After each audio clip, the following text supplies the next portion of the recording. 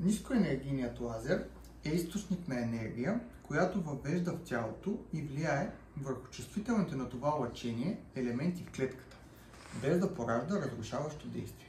Има дълбоко действие в тъканите. Има бактерициден ефект, като бързо подпомага преодоляването на възпалението.